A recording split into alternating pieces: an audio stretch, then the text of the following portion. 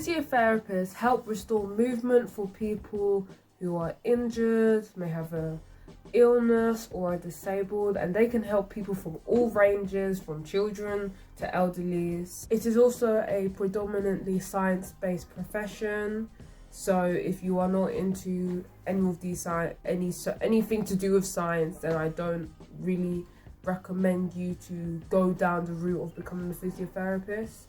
And also many universities also require you to do like A-level biology, and some universities may also require you to do PE, physical education. It really depends on the university that you want to go to. I'm only gonna talk about the universities in the UK, so it may be different elsewhere, but I'm guessing it's the same. Therapy is all about helping people, and it's all about helping people in the sense of that you are trying to improve their physical health, and this could be by giving them advice on how they can improve their lifestyle, or maybe giving them advice on the best technique to lift up a heavy item without causing any injury in your back, or it could be recommending exercises that you can do that will target key areas of your body and strengthen them. To be a physiotherapist, you need to have empathy, you need to be empathetic, because you kind of need to have the desire to help others, and that is just that's like any other medical profession, like becoming a doctor. You need to have that empathy, that passion to help people, and it also requires you to be very to have good communication skills, because you are going to be talking to people. You're not going to be sitting there by yourself. You're going to be talking to patients, telling them what treatments they need or how they can prevent getting a back injury, all these type of stuff. You're going to be talking to your patients, so you need to be able to have the confidence to be able to talk to someone, not be shy, be confident in yourself, be able to talk to people. Decisiveness is also a quality that I believe you should have as becoming a physiotherapist, because you should be educated on the body and physiotherapy and be able to know definitely, okay, what is wrong with this person, how can they improve this, how can they do this, what type of therapy they need, whether they need to do hydrotherapy, whether they need to do manual therapy, different types of therapy, whether they need this, whether they need that. You need to be able to be decisive. You need to make good judgments. You can't be, oh, I'm not sure if it's this or that. You have to be like, is this, is that, basically. So with that being said, physiotherapy is a very hands-on kind of career profession, so do not expect yourself to be sitting down in an office all day for like 10 hours researching. No. You're going to be on your feet, touching people, giving treatment to people. You are going to be on your feet. So if you think you're going to be in an office or something like that, well, that is a no. You're going to have to look for another career, or just put that into mind. Just put that in your mind, basically. Not only can physiotherapy help people with injuries or in back pain, but they also help athletes prepare for a sporting event, and also women with their pregnancy, with their childbirth as well. There is also a range of conditions that physiotherapists help with. This includes neurological, which is all about such as strokes and Parkinson's disease. You have musculoskeletal, which is all about sports injuries, back pain and arthritis. You have cardiovascular, which is such as like rehabilitation after a heart attack.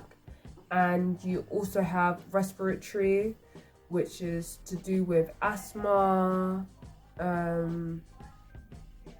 cystic fibrosis, and many more as well. Do not just think that physiotherapists just work in a hospital. They can work in different places. They can work in some workplaces, they work in clinics, they work in sports clubs, they work in some GP surgeries and some community health centres as well. So it's not just hospitals that they work in different types of environments. I'm going to talk more about musculoskeletal conditions a little bit more, and these conditions are normally associated with the bones, joints, muscles, tendons, nerves and ligaments. To be more specific, physiotherapists can help patients with spinal problems. This includes back pain, neck injuries, whiplash and chronic back pain. They also help with soft tissue injuries, which are kind of defined as sports injuries like shoulder pain, hamstring pain, groin pain, wrist pain, foot pain, sprained ankle. Then you have rheumatological,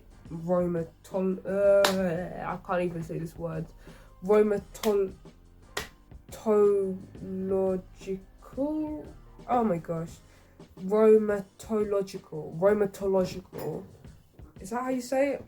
Problems. This includes arthritis and joint pain, and you have pregnancy as well. This includes like lower back pain and anything to do with pregnancy. I will show the word somewhere because I don't want to say it wrong. So yeah. The techniques that physiotherapy use includes manual therapy, giving physical activity advice, such as the one I said before, maybe giving them recommended exercises that they can do to strengthen certain parts of their body, or just give general advice. Hydrotherapy and acupuncture. In manual therapy, physiotherapists apply movements to relieve injured tissues and joints, and these small movements and repetitions of movement is called mobilization techniques. And this is where the patient can tell the physiotherapy to kind of like stop if they're feeling any tension in their body. However, quick and forceful movements are called manipulation, where the patient cannot tell the physiotherapist to, like, you know, stop, is tensing up, because the physiotherapist is pushing past the joint's kind of limit in order to loosen up the joint and basically to loosen it up, to loosen up the injured tissue, the joint. These soft tissue techniques can be used to loosen swollen joints, scars and swelling after an injury.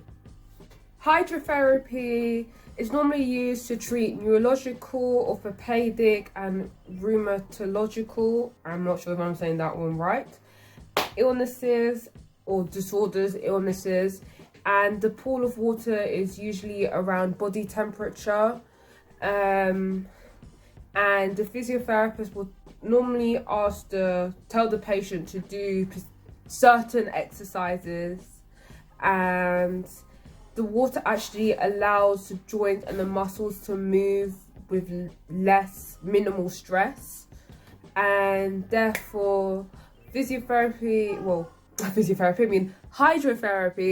can help strengthen muscles and relieve pain, but also improve breathing and blood circulation as well. Acupuncture is where needles are put into the skin at certain points on the body to relieve pain and inflammation. Thank you for watching this video. I hope this helped you kind of understand or know more about physiotherapy if you want to become a physiotherapist. I want to become a physiotherapist, so this actually benefited me as well as it benefited you. Also, if you are a physiotherapist, please let me know if there are any corrections, anything that I missed out, or anything that any mistakes that were in there that were misinterpreted or not read wrong or could be interpreted another way, whatever. tell me down below in the comment section. And also, I hope you enjoyed this video about physiotherapy. I hope this helped you become more knowledgeable about physiotherapy, about what physiotherapists do. Kind of an overview. It's not really a deep down, like, it's not really that deep. It's an overview basically. Yep, I hope this helps you, and this is gonna be my first video, so hope it goes well. Thank you. Bye.